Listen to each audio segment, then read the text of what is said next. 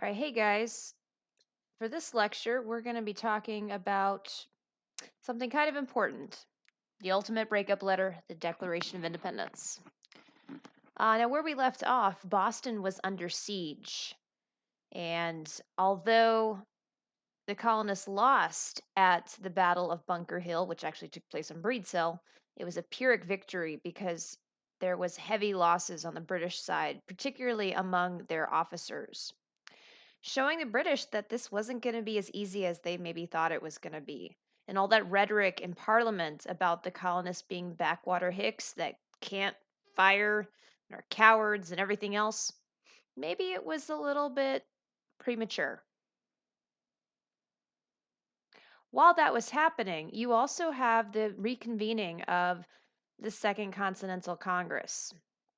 And from the First Continental Congress, remember that the delegates had decided collectively not to try to rouse further anger from King George III or Parliament, but instead to try to get them to see reason by threatening, trade.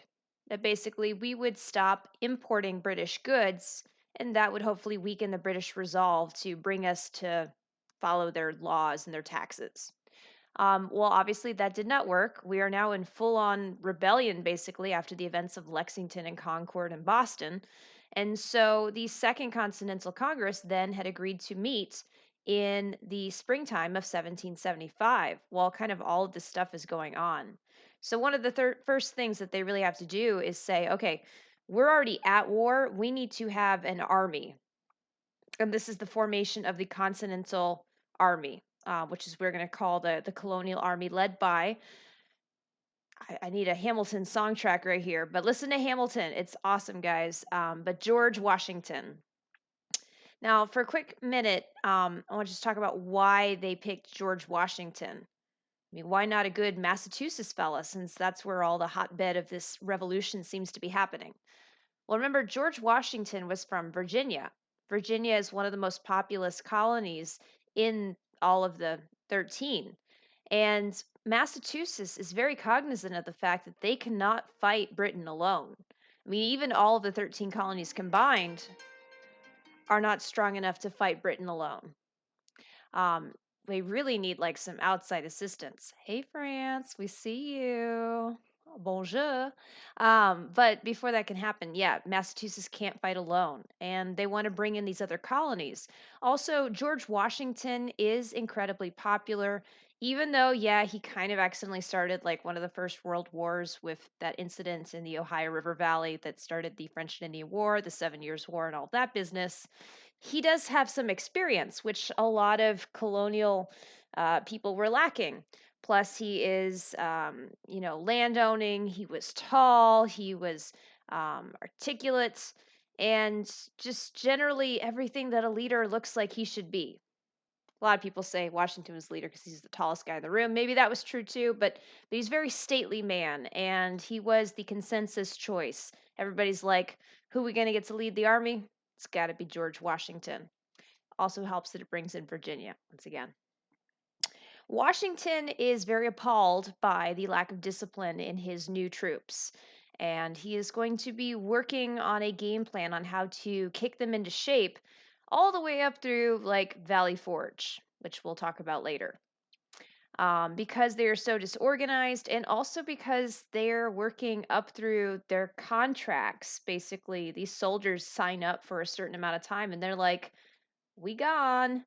He only has until the end of the year, and then he's got to get new recruits or have to convince these men to re-sign up. And there's not a lot of attractive stuff here to urge a soldier to re-sign up. They're going to be away from their family for long periods of time. They're going to be fighting in extreme weather conditions, and most significantly, they're going to be doing all this without a heck of a lot of supplies and logistic support. Remember that the colonies were based on this trade system, this mercantile trade system, where we produced raw materials and we bought manufactured goods from England. So we're not really swimming in the guns and the cannons and the artillery. We lack these things. That's going to make it really hard on our soldiers. They're going to be cannon fodder. Also, other manufactured things like, I don't know, blankets, clothes, things that you need to keep warm. We will be lacking a lot of those. Even shoes. Shoes are really important. Have you ever tried, like, since you were a little kid, like, since then, have you tried to go outside and, like, walk down the road? I hear stories that basically walking down the pavement in, like, this time of year could basically burn off the bottom of your foot. Not to mention, rocks and other stuff, stickers. And what if it's freezing cold? What if you're up in like New England fighting a war and having to march 20 miles a day through the snow with your bare feet because your shoes have like the bottom has fallen off? So these are all really bad problems that Washington's somehow going to have to overcome. And he will find a way, which is pretty impressive. But don't forget about these issues that the Continental Army is facing. Meanwhile, also happening here in 1775, like simultaneously with everything else, remember Henry Knox, the magician here, is finding a way to bring that 60 tons of very valuable artillery, those cannons that they'd gotten from Fort Ticonderoga, back down to Boston so that we can put them on the Dorchester Heights and finally retake the city.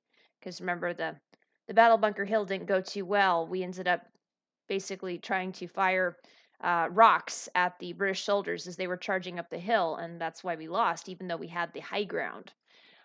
So that is happening through the winter here of 1775.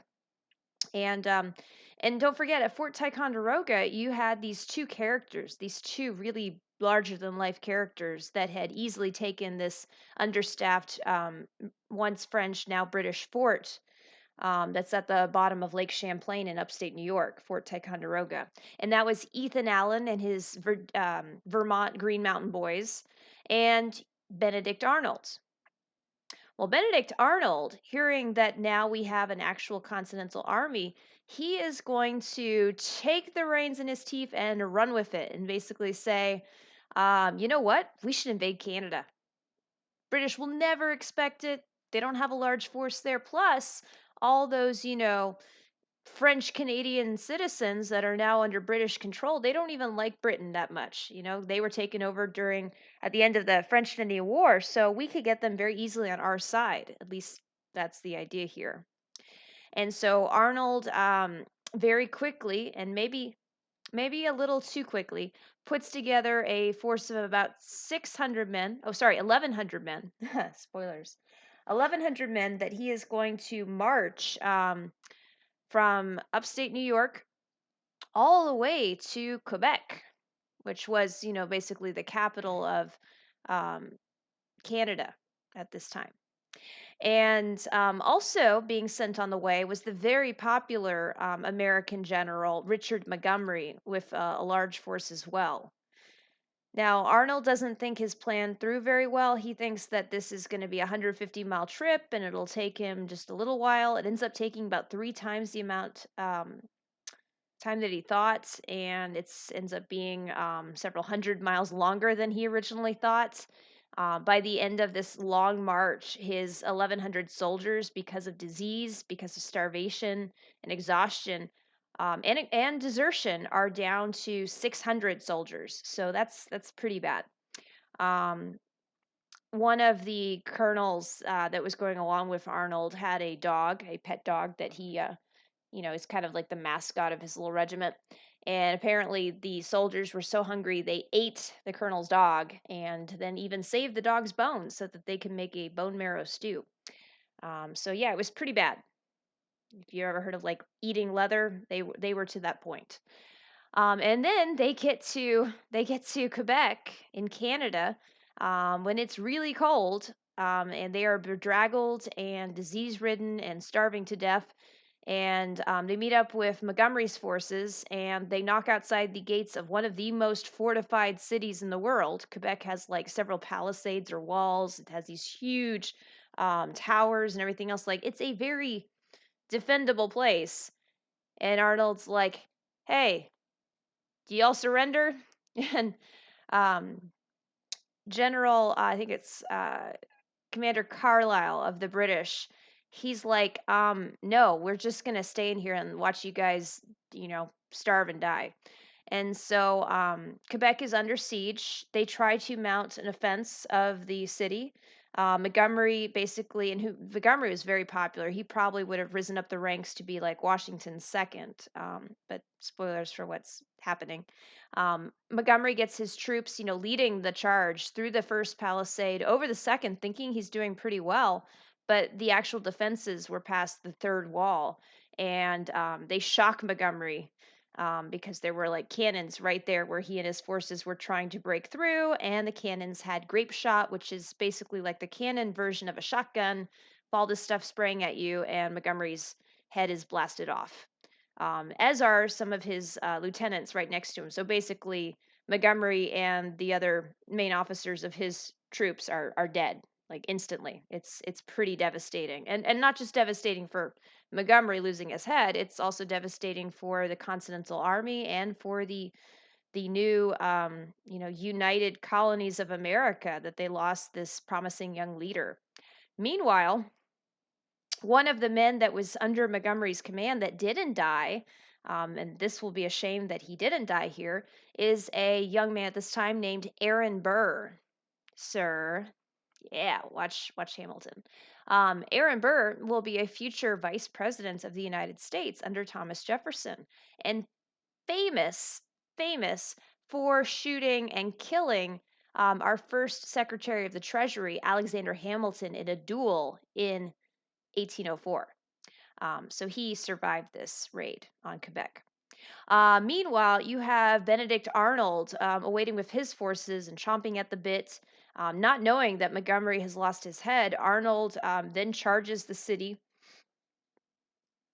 He is going to have this very, very excellent Virginia group under his command, led by Daniel Morgan, who will be somewhat successful in breaking through. Daniel Morgan actually gets into the streets of Quebec and is running through saying, "We've taken the city, we've taken the city," thinking all these French Canadians are going to rally around these British colonists. And the French Canadians are like, "Are you kidding? You remember the Quebec Act where the British were like forgiving to us?" So that doesn't exactly work out, and Daniel Morgan gets captured. Later on, he will be freed, and he'll be an important part of the Revolutionary War, Daniel Morgan. But as of now, he is captured. And Benedict Arnold loses Daniel Morgan, his best lieutenant, and 300 of his troops. So he's only down to about 300 troops now, and they are very tired and very hungry and not looking so good, and now still outside of the city in the middle of winter. And the British general is still refusing to meet him on, the plains of Abraham. I don't know, something about learning from history's mistakes. Because remember, during the French and Indian War, this is exactly what happened with Montcalm and with General Wolfe, the British general versus the French commander that was garrisoning Fort Quebec. That basically Montcalm made this blunder by coming out of the fort to meet the British general, and both of them ended up dying, and the British got the fort. Well, now this British general, he's learned from history, he's not going to get out of the fort. And eventually, Arnold is going to have to surrender on this idea of taking Canada.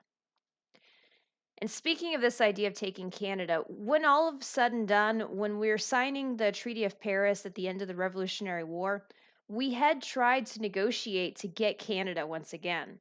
But because this failure on Arnold's part, well, and Montgomery's, may he rest in peace, because of their failure to take any ground here, we really had nothing to stand on in making these claims on Canada. And so it's a big what if. What if we could have taken it? Maybe Canada could have been part of the United States here.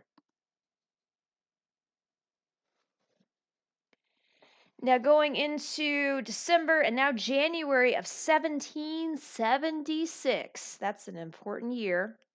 The tide is turning. And it's hard to have accurate numbers or percentages at this point, but in general, imagine that about a third of the colonial population is in favor of the colonies splitting up with Britain and becoming independent. About a third, so that's a third that's patriots. About a third is very loyalist, called Tories. They want to stay with the British crown. They like Britain. They like being part of the empire, the protection that it gives. And they are very, very against the idea of separation of independence. And then you have like a third who just doesn't know and hasn't really picked a side. Okay. Um, these people are going to be reached by a man named Thomas Paine. Thomas Paine was from Britain. He was an immigrant that actually Benjamin Franklin had recruited when he read some of his works. Thomas Paine had done a lot of varied jobs, trying to avoid going to debtor's prison. And he was definitely a talented writer, but always just one step above being bankrupt. And he was known as kind of like a, I don't know, 1700s version of Socrates. He's not going around the streets like pestering everybody with questions, but he is going around basically irking every single person that he meets by basically saying that they just weren't as fervently passionate about being just like he was. And he's very knowledgeable on the Enlightenment philosophers that we've discussed. You know, Rousseau, Montesquieu, especially John Locke. So he's a very intelligent guy, but yes, he drives everybody absolutely crazy. So I like to think of him like the English 1700s version of Socrates, but maybe without the weird questioning thing. Um, so Thomas Paine comes over to the United States and he writes a pamphlet. You know, pamphlet is like this little booklet that somebody will hand you about information. This pamphlet was only like 40 something pages. It's pretty short. And it was written in a very common language. I mean, if you read it today, you think it's kind of dense, but back in the 1700s, they are writing very dense. And so this was actually very readable. And he uses a lot of imagery and kind of language that you'd find in the Bible, because even while he was not a very religious man, he knew that his audience, the colonists, the average American colonist, was very religious, either Anglican or Puritan or Quaker or so forth. This was a very effective way to reach the masses, and that's what the point of this pamphlet was. And he calls the pamphlet Common Sense. And common sense is going to be a huge deal for turning hearts and minds, especially for that third that was kind of undecided on which way they want to go. And it is published in January of 1776. By the way, the Second Continental Congress is going to be meeting just a few months later. And so this is kind of changing the tide, getting popular sentiment on board with the idea of independence. He goes through and he lays out a very plain spoken defense of why a monarchy is a bad form of government. You know, why should we follow a king? Nobody elected him, right? He lays out enlightenment ideas from Locke about governments existing for the will of the people and through the will of the people to defend our rights, not for any other purpose. And he lays out these defenses, and it's very widely circulated by common folk at church, by soldiers in camps. And he's also going to write others later on. We'll talk about his other very famous pamphlet called The Crisis, which will also have a big impact. But in general, common sense is saying it's common sense for us to get our independence. It's a logical defense of why we should separate from Britain. And it changes the way that Americans think about England and about King George III. So good job, Thomas Paine. On a side note, Thomas Paine is a really interesting guy. Like I said, he drove everybody nuts. So he eventually gets himself into some really hot water after George Washington becomes president. He lays down this vicious attack on Washington because Washington kind of plays both sides. He kind of has to between the British and the French. Um, and so Thomas Paine kind of attacks the president in this scathing article. And a lot of Americans were extremely upset when Thomas Paine attacked Washington. And so he basically goes over to France and he's involved in the French Revolution and all of that. And then he's get chased away from France for his writings there. And he comes back to the United States and this is at the point where in France he had ticked off a lot of people, and a lot of people are mad at him in the United States as well because of his religious views.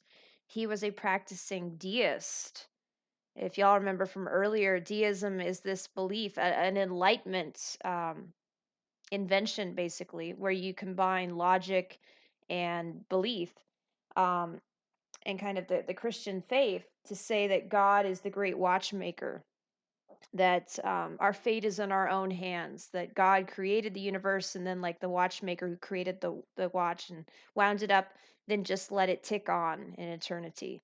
And so it's this idea that basically predestination doesn't exist. We determine our own fates, and we're in charge, not any God.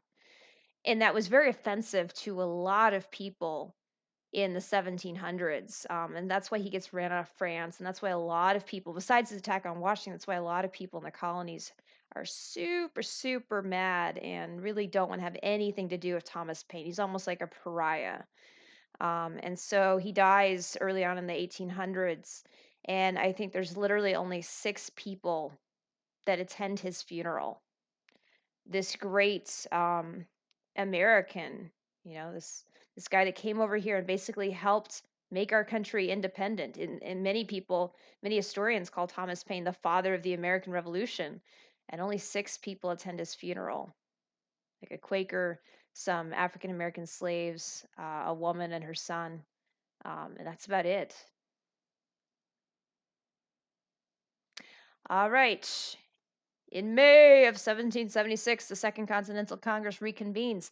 During their first meeting back in 1775 of the Second Continental Congress, led by John Hancock of Massachusetts, they had decided to, in response to all the bloodshed, but still not quite being ready to declare independence, they had drafted what was called the Olive Branch Petition. And it's just like it sounds, an olive branch is reaching out and saying, "Hey, can we still try to make peace happen?" An olive branch is a sign of peace. So they sent that to King George, and he just frankly dismissed it right out of hand, not even giving it a glance, saying, "No, these people are in open rebellion. I'm not even going to entertain dealing with them." So when the king brushes off this olive branch petition, now the Second Continental Congress is going to be a little bit more serious about independence. You also had Thomas Paine's Common Sense circulating, turning mass opinion more in the favor of independence. And you've had all of these attacks and further bloodshed, like the attack in Canada, at Quebec, the attack at Fort Ticonderoga, the siege of Boston, all of these things happening, basically culminating in the Second Continental Congress meeting at Independence Hall in the very warm, warm summer of 1776. They will vote to decide to separate from England. The official happening here was actually on July 7th, 1776. There are 5 resolutions that are brought forth. The most important they will successfully vote on July 2nd. It was called the Richard Henry Lee Resolution. And the Lee resolution, Richard Henry Lee was one of the delegates from Virginia. That is the one that actually says, "We, the 13 colonies, declare ourselves free and independent states. We are breaking up with Britain." So technically, that was where we became independent, where we separated.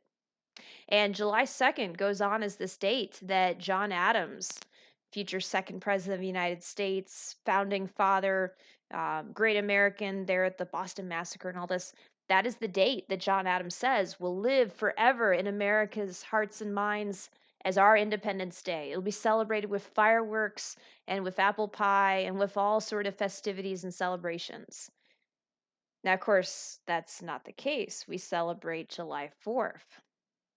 And the reason we celebrate July 4th is that when they originally proposed the Lee resolution, to break up on June 7th, the colonists, well, the delegates of the Second Continental Congress, they had to go back to their colonies to seek approval to do this monumental thing. Remember, they're not actually part of a governing body. The Second Continental Congress is just a meeting place for these different colonies to talk out their issues and decide what to do. So each of the delegates had to go back to their colony to await instructions on how to proceed. And in the meanwhile, kind of indicating also where they were going with this, John Hancock says, Well, since we're probably leaning towards independence, it would be a good idea, and John Adams was definitely behind this as well. It would probably be a good idea if we started to draft an actual letter of independence. Okay. And so it was at June 7th, before they, all went their separate ways, that a committee of five is put together to draft this Declaration of Independence.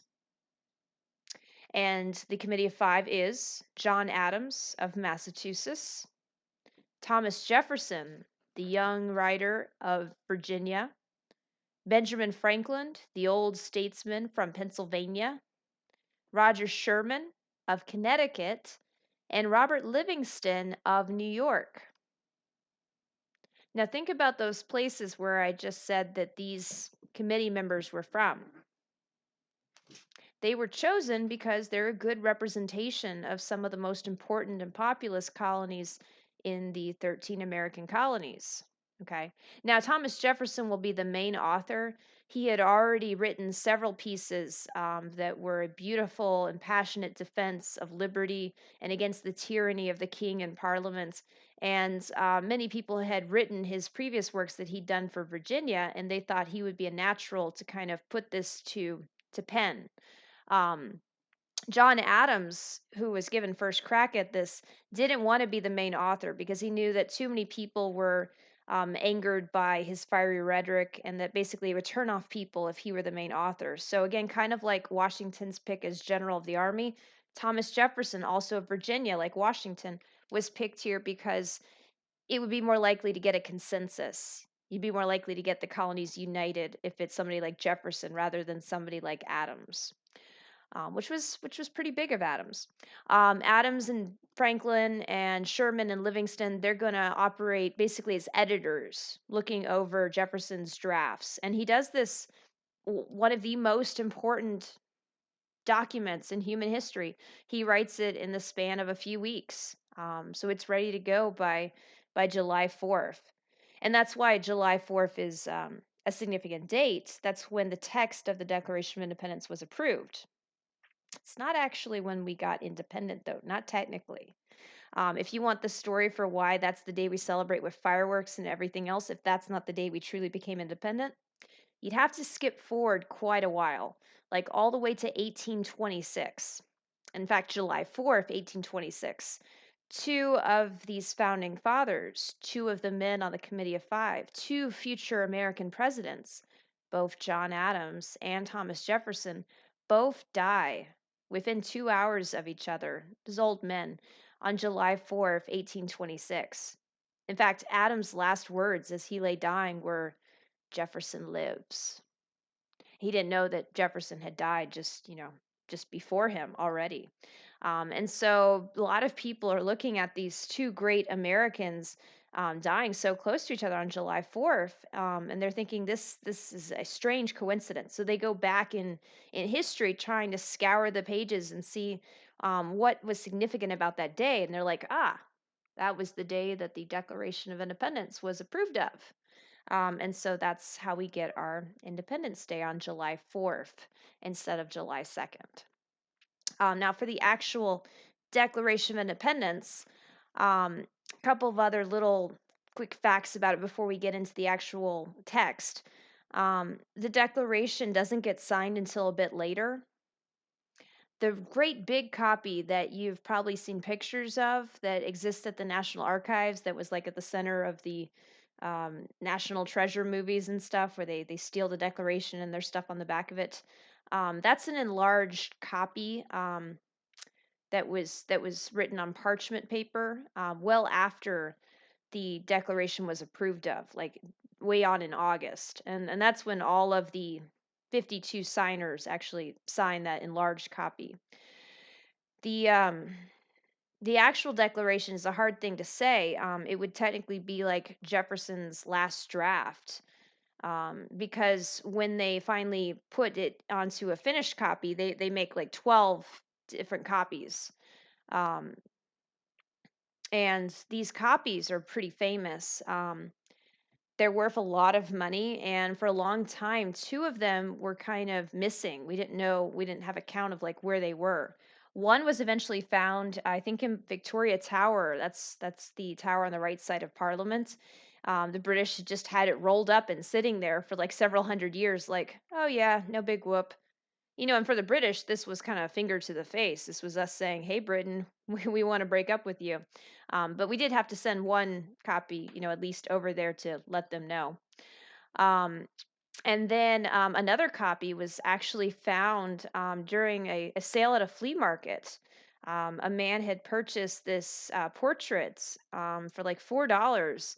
And when he took the picture out of the frame, he found on the back of the picture was one of these broadsides, one of these copies of the Declaration of Independence, and it's worth millions. So that was a really really good find at a flea market. So anyway, the Declaration of Independence. The first part of it starts off when, in the course of human events, it becomes necessary for a people to dissolve the political bonds which have united them. Jefferson's going to lay out very eloquently the reasons why we need to break up. And he's going to bring into his argument Enlightenment ideas, especially from the English philosopher of the Enlightenment, John Locke. John Locke was in the early 1700s, so he wasn't that long removed from this time period in 1776.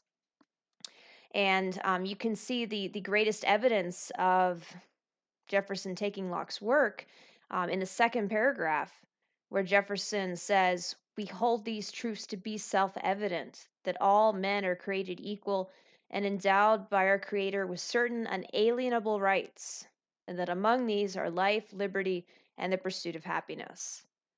Well, unalienable rights are what Locke said were fundamental rights, God given rights that every person is born with, that no one, no king, no government, no authority could ever take away from you. And then it goes on to say after that, we hold these truths to be self evident, all men are created equal, entitled to life, liberty, pursuit of happiness, that to secure these rights, governments are instituted among men, deriving their just power from the consent of the governed, that whenever any form of government becomes destructive of these ends, it is the right of the people to alter or abolish it and to institute a new government.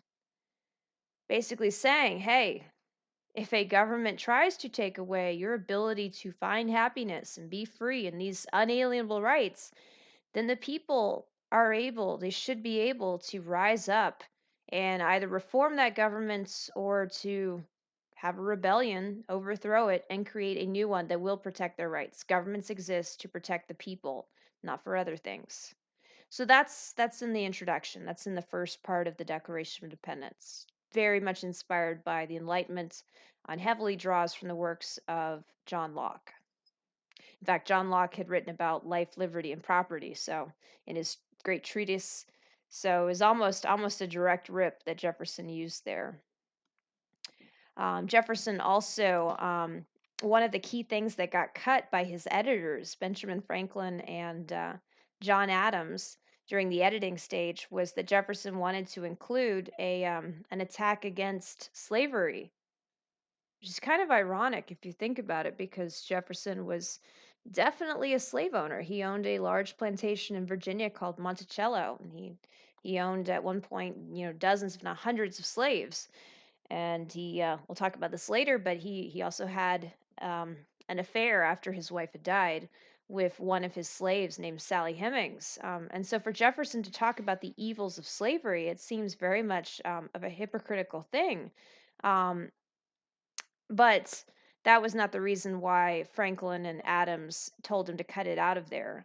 They told him to cut it out of there because they didn't want the slavery issue to distract from this issue about breaking away from England.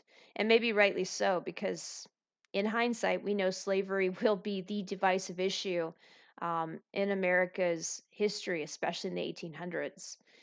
So they don't really want to get into it at this point. They're pushing it on for later, which it will eventually come to a head. In the second part of the Declaration, we call this the grievances. Grievances are complaints. There are 28 total indictments or grievances where basically Jefferson says, he has done this, he has done that. He being the King of England. So before they were complaining about Parliament and Prime Minister Lord North basically doing these evil acts or taxes against the colonists and stripping the colonists of their rights as Englishmen, that should have been granted to them in the English Bill of Rights that happened after the Glorious Revolution. But now the gloves are off. The colonists, Jefferson, in the Declaration of Independence, is actually attacking the King of England himself, basically saying, you know, we're beyond the point where we still have any respect for any authority of the British monarchy. The King of England has stripped us of our rights. The King of England has denied us fair trial. The King of England has put his soldiers in our cities and our towns under martial law. The King of England has levied these unfair taxes against us. So these indictments are actually against the King of England, George III. And then finally, in the third part, the final part of the Declaration of Independence, we say we are free. These united colonies are free. We pledge our lives and our sacred honor to this cause of independence. And it was very important that we had a unanimous vote here. One of the colonies abstains, but all the colonies that vote, they vote in favor of independence. So that we have this unanimous vote. And we are now no longer part of Britain, and we're going to have to fight to keep that way.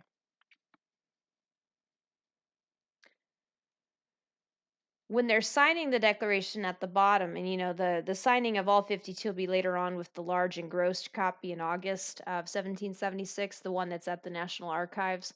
John Hancock famously signs his signature very, very large. He says it's because King George III was kind of blind and dotty at this point, and he wanted to make sure that the king could see his signature. But remember that when these men, these 52 signers, put their signature on this document, they're basically signing their own death warrants. Because if the American colonists lose this fight, they will be killed as traitors to the empire. Now, as soon as the language was ratified on July 4th, you have these 12 original broadsides. And then you're going to have hundreds of smaller copies as well that will be distributed all throughout the colonies and, of course, also to Britain for everyone to read. And this is a great rallying point. Common citizens are reading this language. The Declaration of Independence is huge, not just for making us independent, but for the widespread ideas that it generates, not just in America, but in other places. Remember that right after our revolution, just like 10 years later, France will have its own revolution that's initially, before we get to like the Robespierre and the Reign of Terror and the La Guillotine, modeled after what we were trying to do, overthrowing a tyrannical monarchy and trying to put in place a republican power, a government that is of, by, and for the people, like Lincoln will later say. Okay, last thing on this lecture, guys. Please remember, please remember that the Declaration of Independence doesn't set up a government. It sets up the ideals, the goals that we wish our new country to have. It makes us independent, so it separates us from Britain. And it lays out a very eloquent defense of why we're doing what we're doing. But it does not make